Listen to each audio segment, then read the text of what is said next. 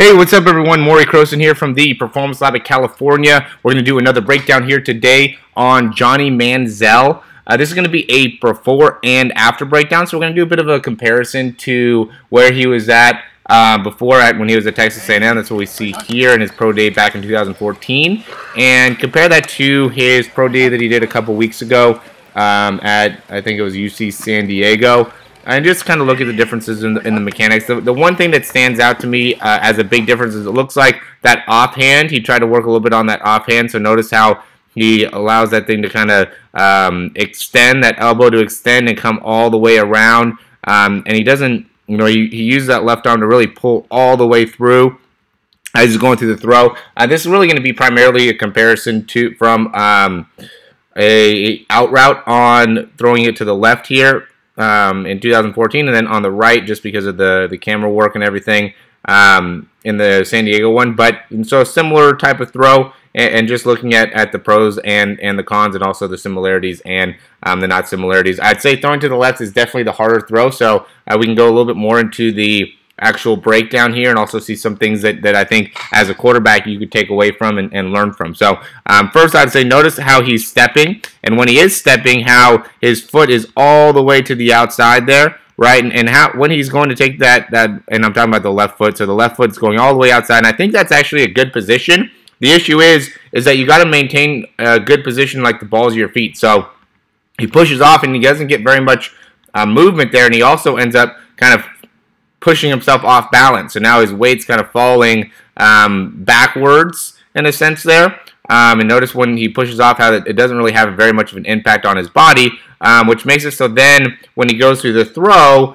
he doesn't end up using very much of his legs. He has to use much more of his spine and much more of his arm. So from here, you can see how his left hip, it continues rotation, but it's not going towards the target, so then he has to end up kind of bending over the side with his spine. And another reason why he has to do that is because when he goes and he steps and makes it so he gets a little bit off balance, now that ball gets a little bit more back behind his head, and from this position, in order for the ball, because of the limited range of motion, in order for the ball to get back through, he's going to have to bend over the spine, because that's just the lack of shoulder range that the body has, not necessarily that Johnny Manziel has, just that the body has. You're just not in a good position to be able to get that throw effectively. So then he has to lean off to the side and deliver the throw from there.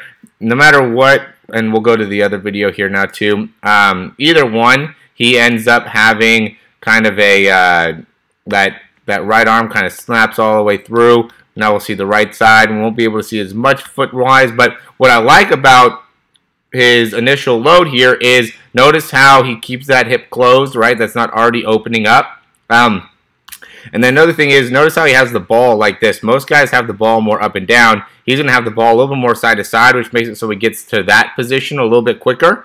Not necessarily a bad thing or a good thing, just this is what he does, right? This is just a general breakdown of showing you what are the different ideas, what are the different techniques. I think Aaron Rodgers did this too when he was in college, had that ball kind of facing more here rather than straight up and down. So anyway, you can still see with that left arm how he does still get a good amount of extension there at the beginning, but then notice how he pulls back and he locks it in a lot tighter compared to what he was doing before, where he kind of lets that elbow kind of come back and all the way through that front elbow. On this one, now he's trying to lock that thing up and maintain really what that does, it makes it so your mid-back ends up being a little bit taller as you end up coming through, right? You can't bend over to the side as much. You have to keep everything nice and stable, but it does limit your ability to get full rotation in the thoracic spine. So now he's going to have to do a much better job of being able to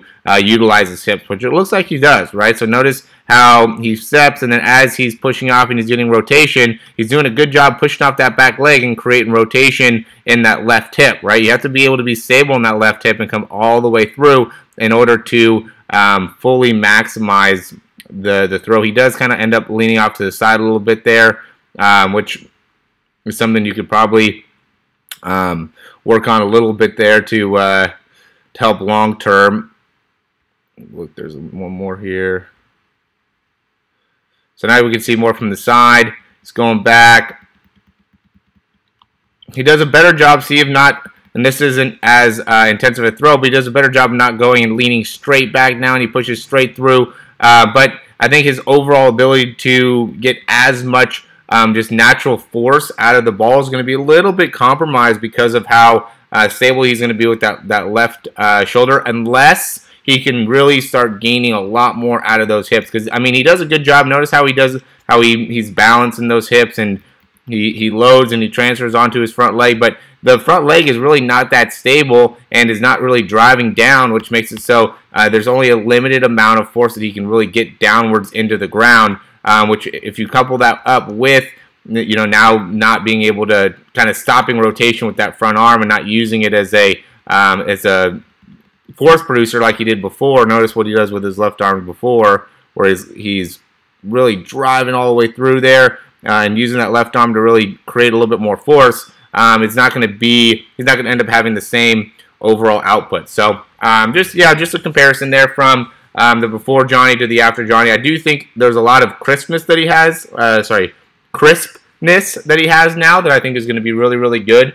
But in terms of arm strength, I mean, he obviously has a good arm. It's not like he's lacking arm strength, but some of that big arm natural ability that he had coming out of college, he might have lost by some of the mechanic things that we're seeing. So yeah, I mean, we'll see how this whole offseason continues to progress, and if he ends up getting a shot, it's definitely an interest to everybody out there. So thought I would make a video and kind of to add a little bit of opinion to the whole thing. So yeah, guys, as always, thanks for watching these videos. Let me know if you have any questions. You can email me at Morey, M-O-R-E-Y, @yourperformancelab.com. Also, check out our ebook, The Blueprint to the Perfect Throw. Gives you a lot of information about what your overall throwing mechanics how you can improve your overall throwing mechanics, and what are the key parts of mechanics in order to maximize your overall throw potential. And then also check out our online throw program. We go into the mechanics. We do breakdowns just like this of you throwing. We give exercises. We help you just maximize, again, your overall throwing potential with one-on-one coaching. Very, very customizable, very, very specific to what it is that you're trying to do. An excellent program that I really think will help you become a overall much better athlete, as well as a much better quarterback. So yeah, guys, as always, thanks for watching these videos, and we'll see you soon.